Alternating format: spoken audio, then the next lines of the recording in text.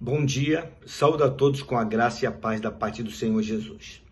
Leiamos os versos 16 até o 21 do capítulo 14 do Evangelho de João, porque assim nos diz a palavra de Deus.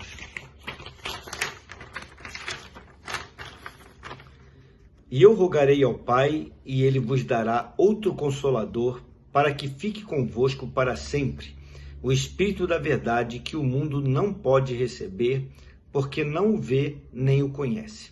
Mas vós conheceis, porque habita convosco e estará em vós. Não vos deixarei órfãos, voltarei para vós. Ainda um pouco e o mundo não me verá mais, mas vós me vereis, porque eu vivo e vós vivereis. Naquele dia conhecereis que estou em meu Pai, e vós em mim, e eu em vós. Aquele que tem os meus mandamentos e os guarda, este é o que me ama, e o que me ama será amado de meu Pai, e eu o amarei e me manifestarei a ele. Meus queridos, este capítulo 14 registra o longo diálogo que Jesus teve com seus discípulos pouco tempo antes da sua morte na cruz do Calvário.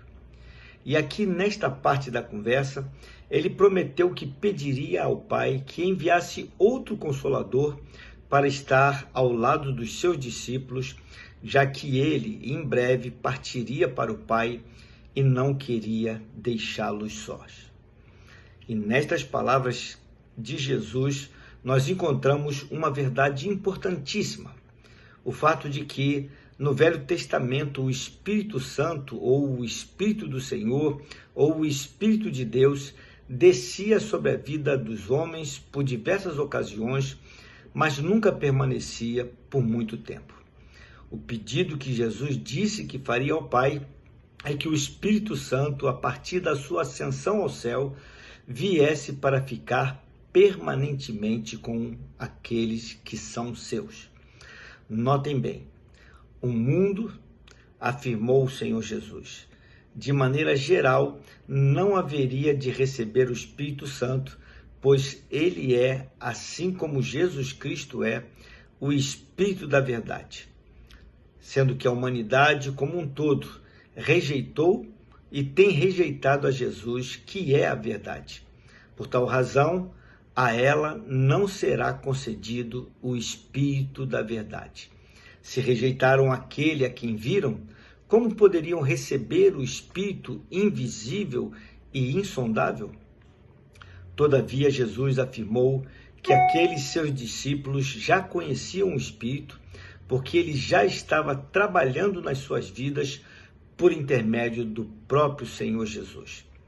Faremos bem se conectarmos esta declaração de Jesus com o que está registrado no verso 13 do capítulo 16 deste mesmo evangelho, onde lemos o seguinte: Mas aquele Consolador, o Espírito Santo, que o Pai enviará em meu nome, vos ensinará todas as coisas e vos fará lembrar de tudo quanto vos tenho dito. E também faremos bem se conectarmos com o que o próprio autor deste evangelho narrou no livro dos Atos dos Apóstolos, no capítulo 1, no versos 1 até o 5, onde também fazemos a seguinte leitura.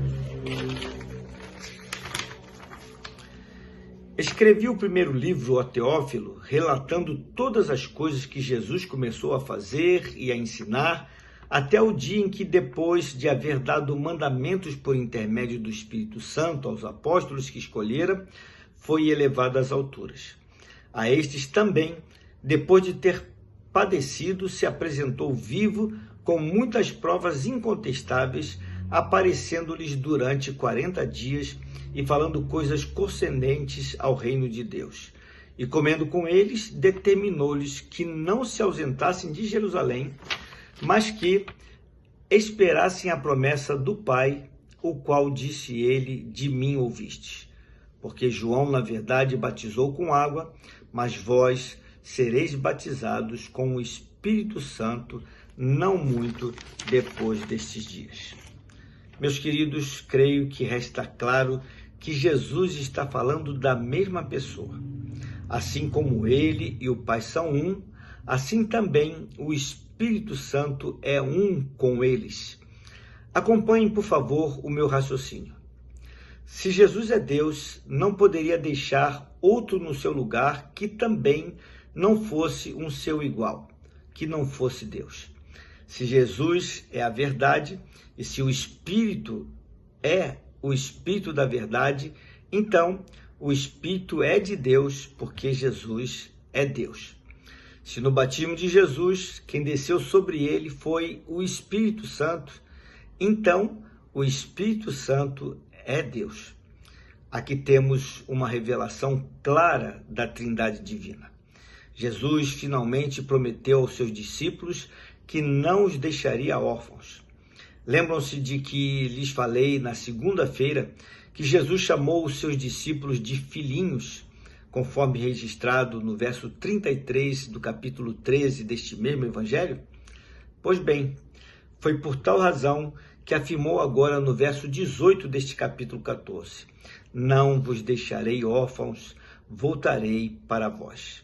Como um pai amoroso, Jesus jamais deixará sós os seus filhos. Por tal razão, prometeu voltar novamente de forma visível para levar para junto de si os que são seus. Por enquanto, permanece juntamente conosco o outro Consolador, o Espírito da verdade. Jesus seguiu afirmando: ainda um pouco, e o mundo não me verá mais, mas vós me vereis, porque eu vivo e vós vivereis. Isto implica no fato de que depois da sua morte e ressurreição, somente os seus discípulos o viram. Não apenas 12, mas também cerca de 500 dentre eles.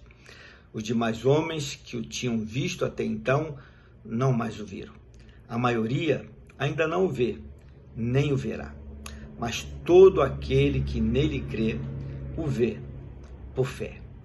O Pentecoste inauguraria o tempo quando então todas as dúvidas a respeito de ser ele um só com o Pai se dissipariam, pois assim afirmou o Senhor Jesus: naquele dia conhecereis que estou em meu Pai, e vós em mim, e eu em vós. Quando o Espírito Santo viesse para habitar permanentemente nos discípulos, todas as dúvidas deixariam de existir. Tudo haveria de ficar muito claro, muito nítido para aqueles que são seus. Jesus finalizou esta parte do seu diálogo com os discípulos, fazendo uma das afirmações que considero das mais preciosas, pois disse ele: aquele que tem os meus mandamentos e os guarda, este é o que me ama. Esta é a maior prova de amor que podemos dar a Jesus.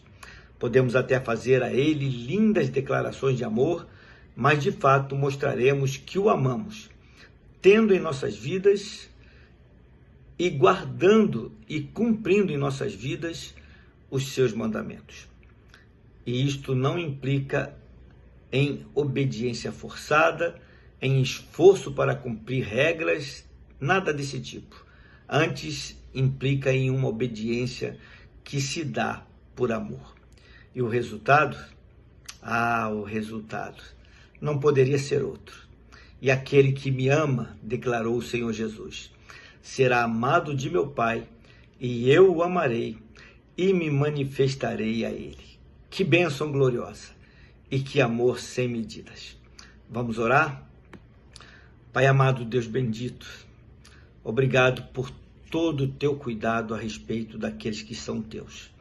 Por aqueles aos quais o Senhor dirigiu diretamente tais palavras e pelo fato de o Senhor ter dirigido tais palavras a nós próprios, os teus filhos, teus discípulos, hoje em dia.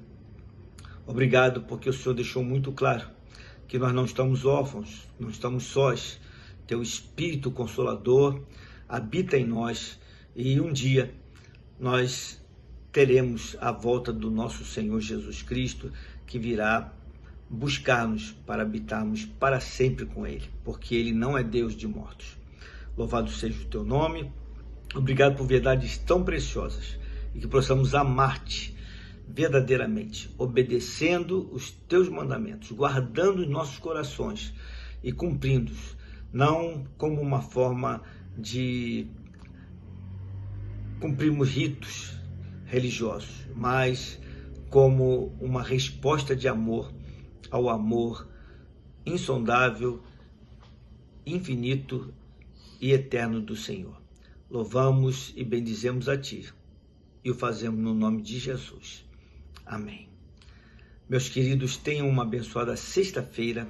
Fiquem na paz do Senhor.